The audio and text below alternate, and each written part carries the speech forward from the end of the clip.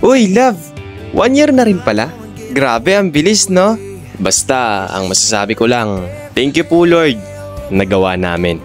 Dati, sabay lang natin tong pinaplano at pinapangarap. Buti na lang, hindi tayo nagpatalo. Buti na lang, hindi tayo nagpadala dun sa mga what if na iniisip natin dati. What if hindi tayo mag-success sa bagay na to? What if malugi tayo? Alam nyo, lahat naman ng bagay may risk. Lahat. Walang sigurado kapag nagsisimula pa lang tayo. Wala ding nakakaalam ng mga resulta kahit may matibay tayong plano. Ang nasa taas lang ang nakakaalam ng lahat. Kaya maniwala lang tayo. Pwede nating sabihin na mahirap magsimula. Mahirap naman talaga. Pero kung dedicated ka, wala kang pag-aalinlangan sa sarili mo, may maayos kang plano at sisimulan mo ngayon, magiging madali ang lahat.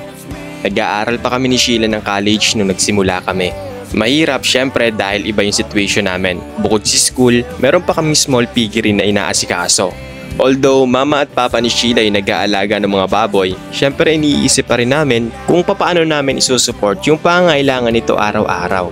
Itong time na to, bumili ulit kami ni Sheila dito ng 8 biik habang hindi pa nabebenta yung una naming 10 inaalagaan. Naisip kasi namin na tatagal yung cycle ng pag-aalaga ng baboy bago makapagbenta ulit kami. Kaya 1 month before namin ibenta yung first na inalagaan na baboy, bumili ulit kami ng 8 piglets. Para maiksi na lang yung time na hihintay namin para makapagbenta ulit kami. Naalala ko pa na wala kaming paglalagyan ng 8 piglets na kinuha namin. Kaya pansamantalang gumawa muna kami ng improvise na kulungan ng mga biik habang hindi pa na ibebenta yung first na inalagaan namin. Ganun talaga, wala pang malaking capital eh. Kailangan lang talaga muna na i-maximize lahat ng resources, lahat na pwedeng paraan na pwedeng gawin para makasurvive.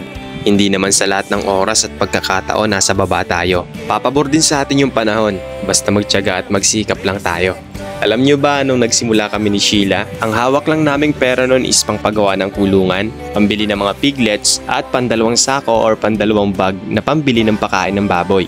Kumbaga kung maniniwala at magtitiwala ka sa sarili mo, pwedeng maging posible yung mga bagay na alam mong dati malabong mangyari.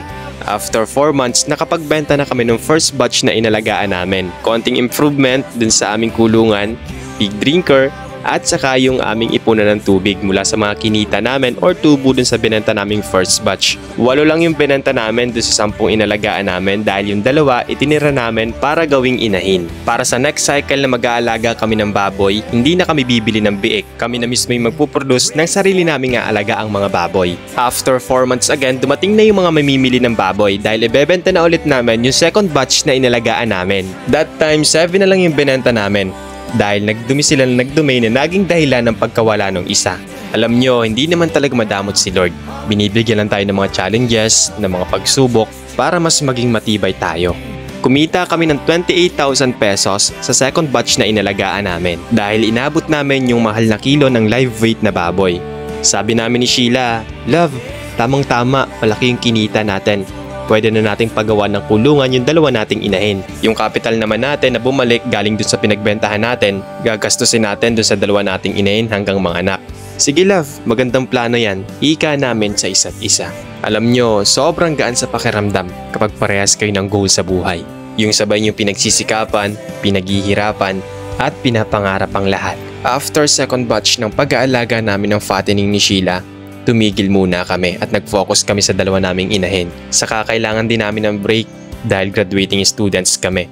Kailangan namin ng oras sa paggagawa ng thesis, sa OJT, at iba pang mga requirements sa aming school. Besides, kailangan din talaga namin ng budget dahil hindi biro ang mga gastusin ng mga graduating students. Simula 3rd year college kasi ako na yung nagpapaaral sa sarili ko. Si Sheila naman sinusupport ng mga kapatid niya.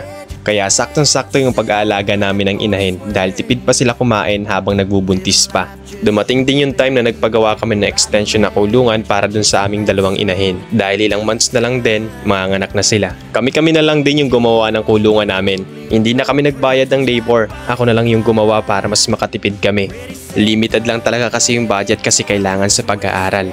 Sa katunayan niyan, kahoy lang muna pansamantala yung Bartolina ng aming dalawang inahin. Kasi syempre wala naman talaga kaming malaking kapital, yung tubo lang din naman sa pinagbentahan ng pag-aalaga namin ng baboy yung ginagamit namin para magkameron ng konting improvement dun sa aming kulungan ng baboy. Ang mahalaga, hindi nasasayang yung tinutubo namin. Nakikita pa rin namin siya for a long term.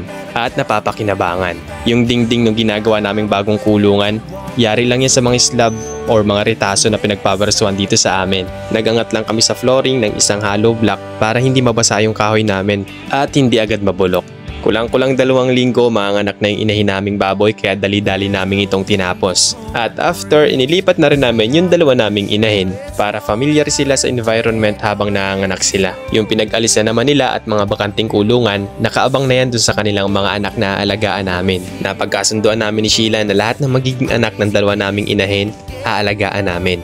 Dumating na yung time na nanganak na yung inahin naming baboy. Napawi lahat ng pagod, lahat ng sacrifices, nakikita na namin yung bunga ngayon.